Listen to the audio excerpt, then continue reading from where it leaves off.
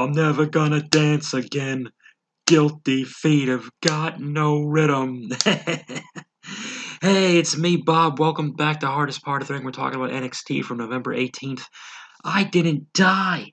I'm alive. I drove from coast to coast of this giant nation. There was dirt and rocks and trees. You know, most of it's just land at the end of the day. Hell, most of it's just land at the beginning of the day.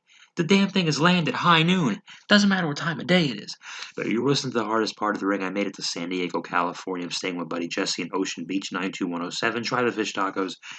I made it. I made it, and I don't know what to say. There are palm trees.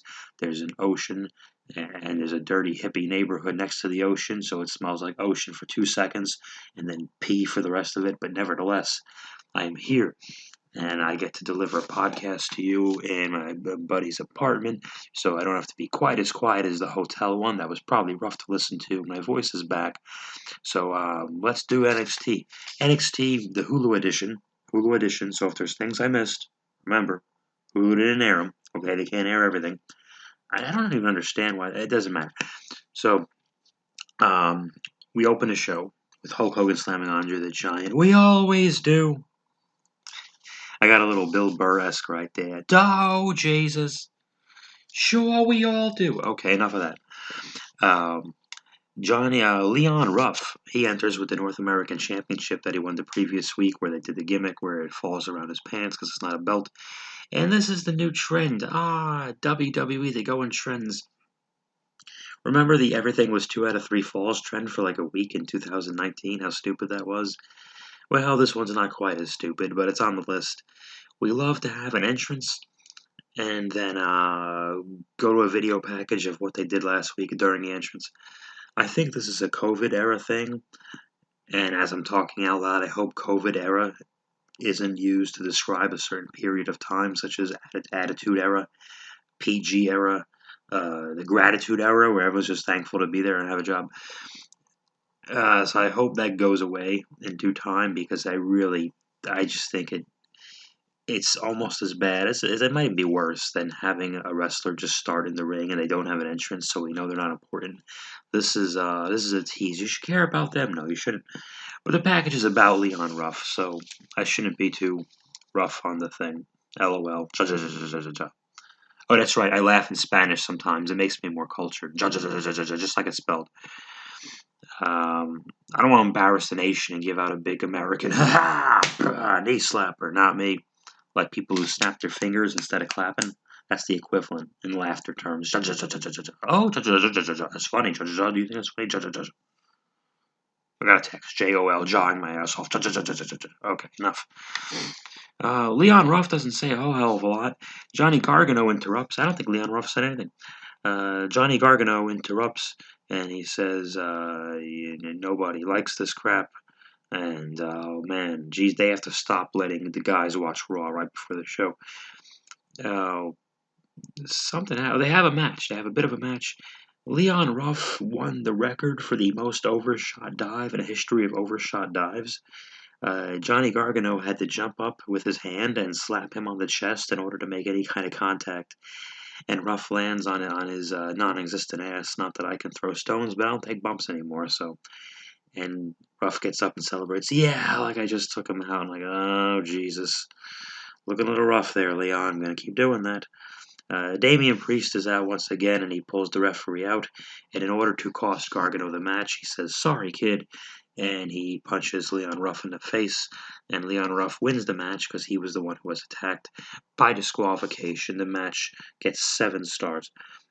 This is a classic case. Everyone who wrestles Gargano has to wrestle his match. You have to get rolled up in a schoolboy and keep rolling out of it and throw a kick or duck a kick and like, bruh. Ugh. Candice passed him in terms of entertainment value. He's still one of the best wrestlers ever, but just, yeah, I don't know. I think COVID era has not helped Gargano at all. I think he's one of the few who, him being on TV every week has hurt him. It definitely has. Cameron Grimes is out. He says something about Derek Loomis in the eyes. I guess last week on the full edition and not the Hulu edition, he did something with a hood and or a sack, and he put it over Loomis's face, which would make Grimes the biggest baby face on the show. And he said he's going to the moon. And then the rest of his promos were concerning Jackie Gleason, starring Art Carney, Audrey Meadows, and Joyce Randolph, the Honeymooners, because they're going to the moon. That reference is 90 years old. They're going to have a blindfold match. Yay, a blindfold match. I love the blindfold match gimmick. I don't want to say they don't do enough of them because then they'd be really unspecial and stupid. This one they just made special and stupid when they eventually did it. They do the blindfold match. There's barely any blindfolding. Grimes does all the work. Grimes punches the referee and stomps him, takes off his hood. I can't believe what I did, even though in his mind Dexter Loomis would have suddenly had to shrink by a foot and put a shirt on. No, I think he had a shirt on. My bad. Okay. I wonder why that is. Oh, to do that angle, because I'm really going to believe it's the same guy. So Loomis can apparently see through the hood, and that kills the whole gimmick, because he keeps turning, doing the Jason or Michael Myers head turn or whatever. So he has a sixth sense because he's that creepy, which really exposed the whole gimmick, and then they both have their hoods pulled off anyway, and they brawl around. There's a no finish, 11 stars, according to my friends Dale Seltzer, the Wrestling Rubbernecker, and myself as well. We collaborated. Did we forget how to do a blindfold match? I don't understand. And whose idea was it to do a match where the gimmick is you have to ask the live audience what to do? It's like the Rocky Horror Picture Show. You need audience participation in this one. Yeah, the heel points. No, he's not there. The face points. Yes, babyface, we will help you.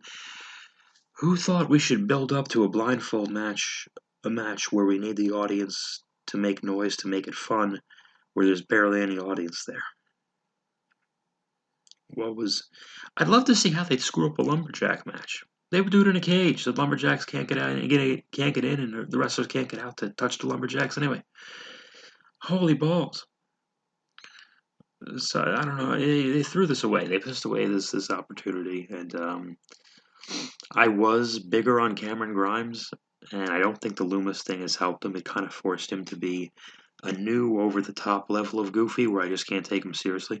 He's still doing a good job at what he has to work with here, and so is Loomis. Loomis isn't bad. This isn't helping either guy because I don't see anyone moving up from this to challenge. I assume Priest is going to win that thing back or get the better of Gargano in some form or fashion, but he's got to beat Gargano, really. Oh, yes, right, Gargano doesn't have the thing Leon Ruff does. Whatever. Okay, let's move along. 11 stars for the blindfold match. Let me see William Regal. I love how they use the commissioner role with Regal. They don't have him interrupting or doing long talking segments. You see him once or twice a show in the back, making a rule because something got out of hand and he has to step in. And you're never sick of seeing him. Everything he says makes sense. He doesn't get over at the expense of the wrestlers. He puts over their toughness, but he puts down his hand of authority, knowing he doesn't act like he can kick the wrestlers' asses like Shane would. He just says, hey, well, okay, you touched me, you're obviously fired, so I am in charge. And he knows to back off a little when there's a big angry guy in his face, but at the same time, he knows he's the boss, and that's his protection. So it works, and this is interesting. I like how Damian Priest handled himself here. I like how Regal, I like how Ruff, I like how everybody did this. Ruff comes in and tells Regal and Priest he's not a joke, and then he slaps Priest. He's a little offended, and starting to realize at the same time that the joke was that a guy like Ruff shouldn't be beating Gargano because Ruff is too small next to Johnny Gargano. Just think about that for a second. But anyway, so Ruff says, "Hey man, you know I'm a real dude. I'm a real deal." And Priest says, "Oh, I didn't mean it like that," but he kind of did. And Priest is kind of realizing where he made a mistake. So Ruff slaps Priest, and Regal tells him, "Hey, that's what you get." So fair enough. I like how they did that. Nope, I don't think anyone lost here. I think everybody won here. Shotzi Blackheart gets Black Sabbath for I think it's actually the War Games theme, but at first I was like, son of a bitch, they love doing everything for sloppy Blackheart. Her hair's still green, but it made sense to hype her up for War Games to have a team because she had a tank. Like I get it. That's fair. I'll give her that. And maybe the War Games match will suit her more for me, and I'll enjoy her. I'll see what the deal is, what the big deal is when she gets in that, and it'll change. So I hope it elevates her. I'm not such a negative Nancy. I'm in paradise now. What the hell? I'm in a much better mood, folks. There's another package where other wrestlers weigh in on Rhea and Io, and this really it helped it. It gave it the big fight feel when other wrestlers are weighing in. Guys on the roster, Shawn Michaels and Triple H are always around and they did that in one take. Just yeah, okay, roll it. I'm gonna say a person's name. Okay, stop rolling. We have a women's tag team match. All right, cool. We have Toni Storm and Ember Moon versus the Scream Mask Girl Indy Hartwell and Candice LeRae. Was it Candice LeRae? No, it wasn't. It was not. It was not. That's not who it was at all. That match is 100% wrong. That match did not happen. Raquel Gonzalez, who is tall, and Dakota Kai wrestle Toni Storm and Ember Moon. Dakota and Ember are two of my favorites. Two Australians beating each other up. And I like Raquel Gonzalez. Ember Moon I give her a hard time, but she's good. It's just, she's not the one. Already she's lost in a shuffle. Already people are doing more. I knew that was going to be 2 weeks of, yay, Ember's back, and then nothing. She's going to be a body to put in a War Games thingy, apparently, and that is kind of what I thought she was going to end up doing. So we have this tag match. Eventually, Toni cradles up Dakota Kai for the 1, 2, 3, 73 stars. I'm trying to remember nothing too outstanding about this match, but this show is really centered around Io versus Rhea.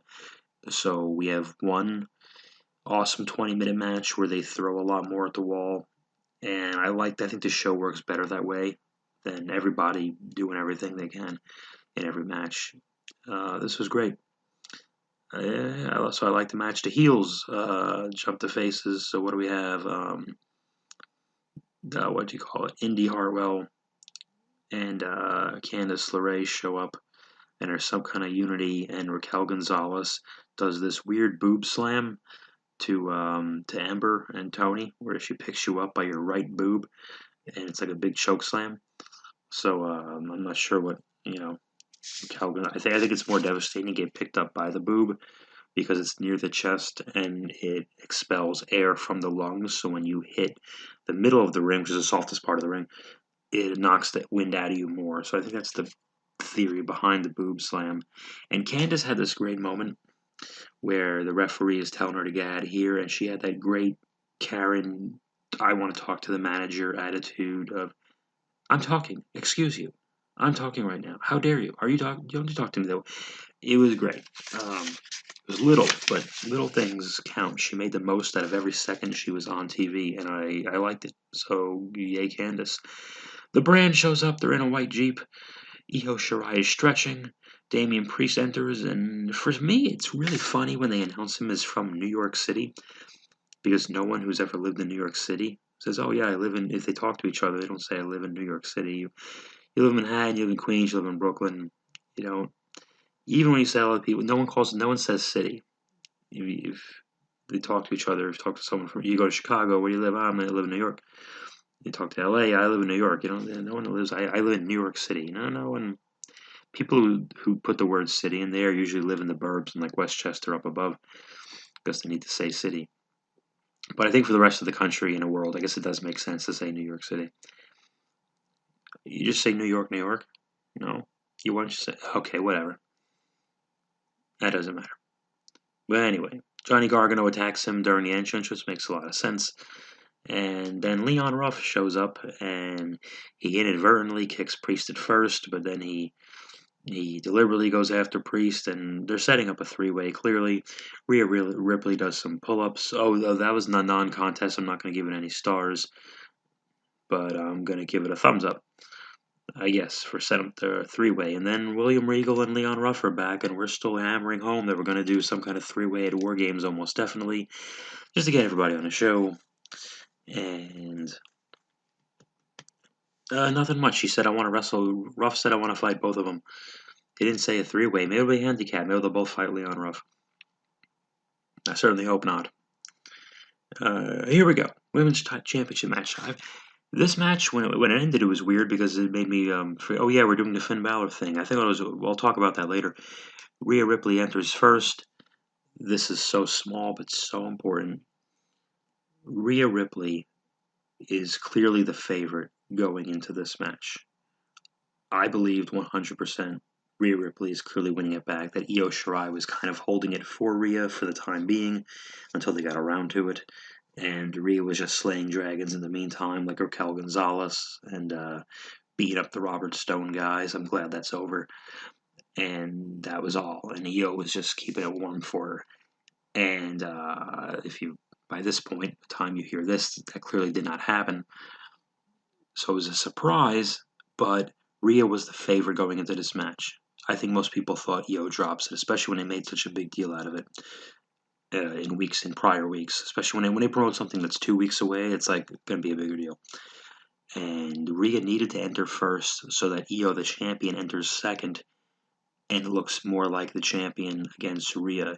You've seen it with, oh God, Hogan and Cena are the best examples of they're about to challenge the heel champion, and they enter second, and it looks even more like they're the complete favorite, obvious winner of this championship match. So that needed to happen. Io needed to enter second, and we need to be reminded who the champion was. You know, that this wasn't a formality, that the match wasn't just a ceremony to give it to Rhea, that we're going to have a match to see who is better. And they beat the hell out of each other, and they delivered. They over-delivered. These things are hard to review because I hate just saying, oh, something's great.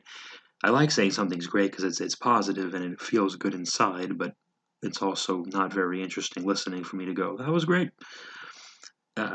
But some of the high points are, of course, the ear. Rhea was bleeding. I guess there was a problem. I don't know whether she was kicked or in a hold or whatever, but a few of her earrings and ear paraphernalia got ripped and torn up. It helped the match. I hope she's okay. It doesn't scar her or whatever. I mean, the scars would look cool, but I'm just saying, I hope she's all right. But the Io Shirai was working Rhea Ripley's arm and did like an arm twist onto the ring apron, which is the hardest part of the ring. And earlier, Rhea had put Io on her shoulders and slammed her face first into the ring apron, which is the hardest part of the ring. So they utilized the hardest part of the ring. Um, this eventually ended with Io doing slipping through the ropes and doing like a sunset flip into a power bomb and putting Rhea through the table, and it gave them the slightest out of saying the table bump kind of maybe that's what really beat Rhea, but it was legal anyway, so they let it go. And whoa, as Rhea eventually rolls in, she gets hit with the moonsault from Io Shirai. And again, the classic Io Shirai moonsault of giving you the moonsault anywhere but your torso. So she kind of hits Rhea on like the hamstrings and the buttocks. I want to say that.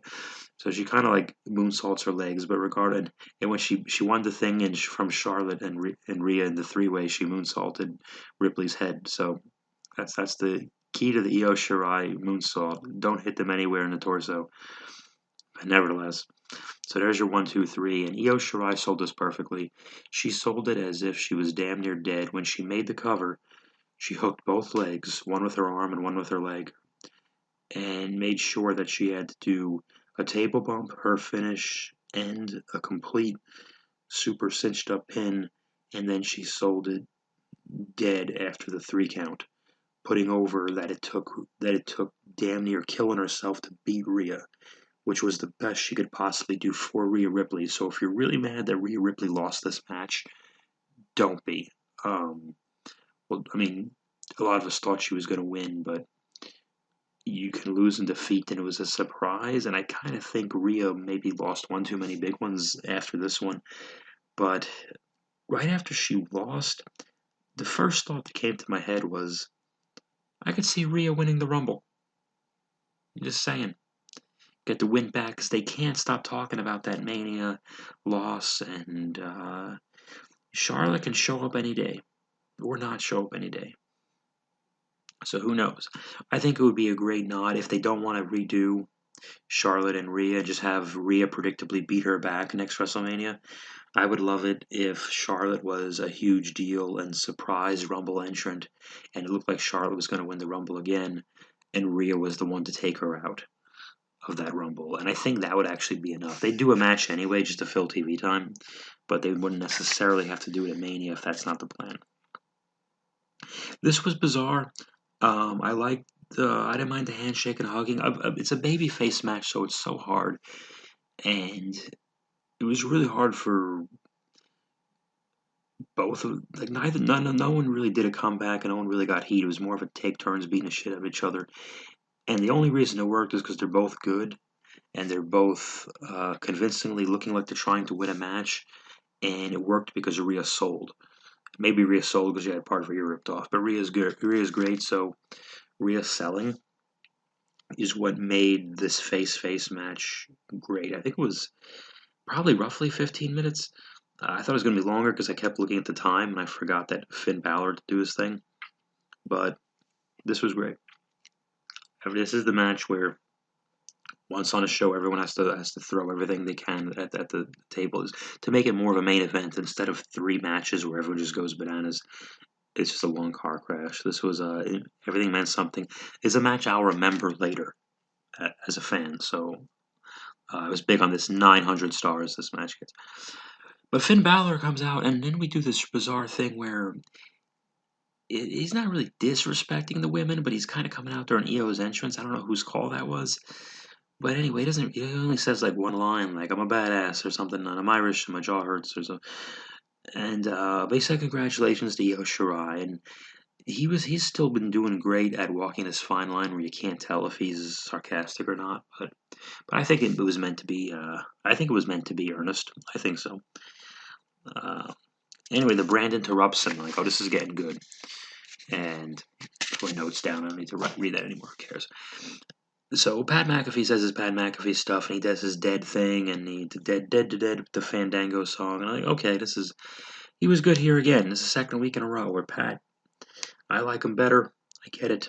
So I'm lightening up on Pat McAfee. Stupid goddamn Pat McAfee. I was calling him for a bit.